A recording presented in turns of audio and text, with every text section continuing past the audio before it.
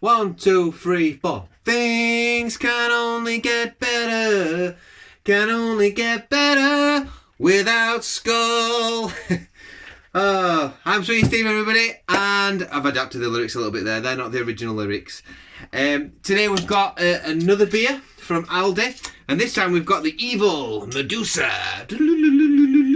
I thought I'd reviewed this before, but I've not.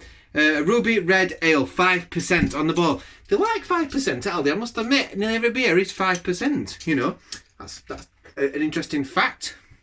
What do I know? Have I got any stories about this beer? No, I've not. Luckily for you guys. So I'm going to get straight on with the review. And yeah, God, whoa, Skull yesterday. Anything to get rid of that horrible dank palate that descended on my mouth. Yeah, yesterday it was horrible beer. Anyway, onwards and upwards. This I have drunk this before, and I do recall it being pretty good. I tell you what, I do like their bottle caps. Look at them. Very nice. Here we go. On the nose. Ooh, cans there. Ruby ales. Don't get a lot of ruby ales anymore. Not a lot on the smoke there. There's a bubble on it, so I think it was holding in some of the aroma. It's a filtered beer.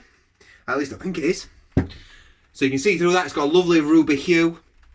We've got about one finger's worth, a bit less, of tan-coloured head, which you would expect on a ruby beer. It smells like it's brewed with quality. A little bit of a metallic note on it, but that could be the head. God, how many times I say metallic on this channel? I'm getting lovely fruits coming from that. Little fruitcake notes. £1.09 this cost.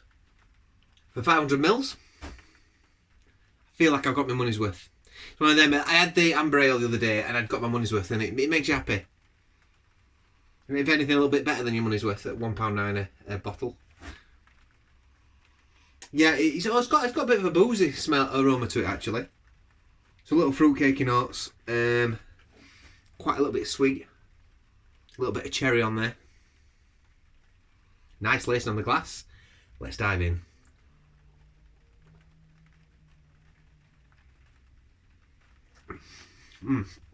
Yeah. Very nice.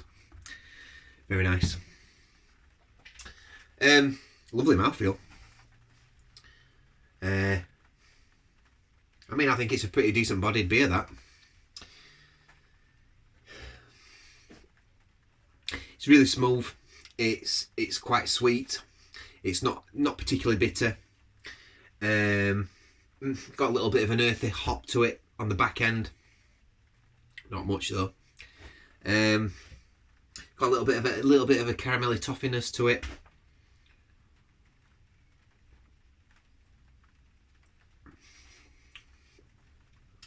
That sort of fruitcakey note comes right through.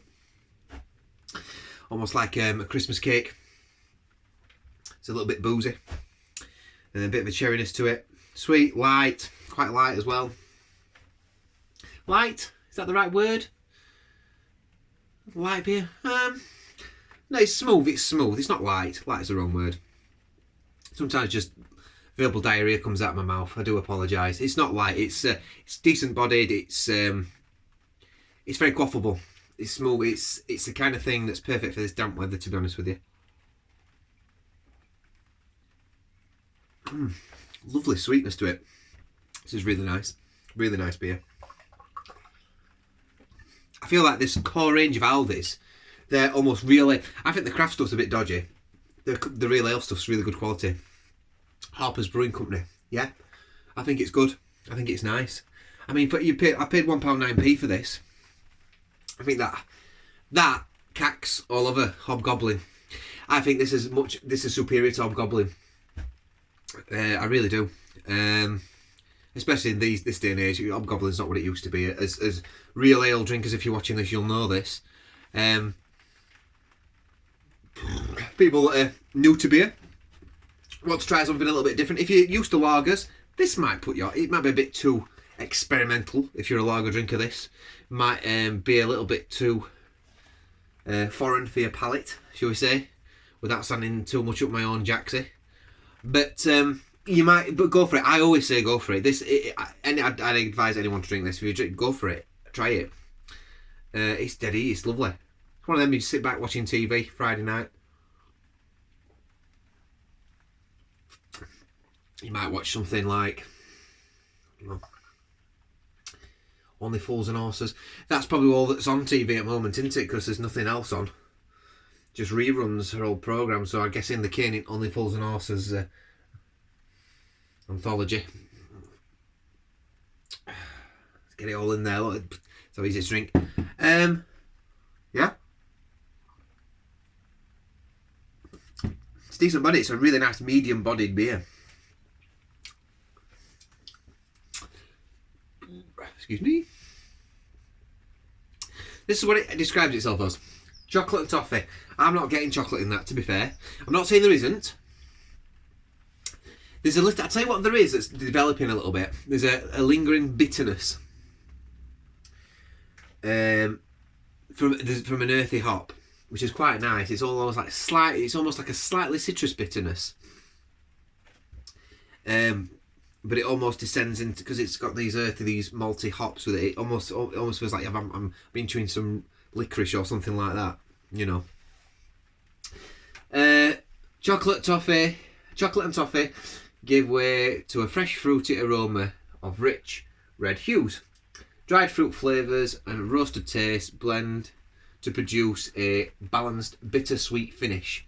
Food matchings with this: dark, slow roast Sunday dinners. Oh, hell yes. Beef and lamb, chocolate cake, barbecue burgers, blue cheeses. Yeah, all that. This compliment that. Top quality beer. Nice artwork as well. Okay, I'm going to wrap this one up pretty quick today. Stop going on and on and on for once.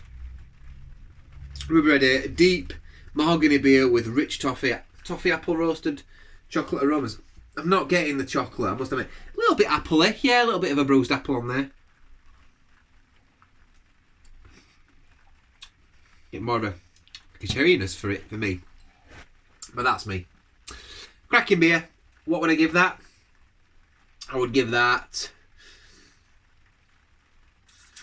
for £1.9 a bottle, 8.5 out of 10. 8.5 out of 10. I've been Swiggin Steve. It's an outstanding beer. Bye!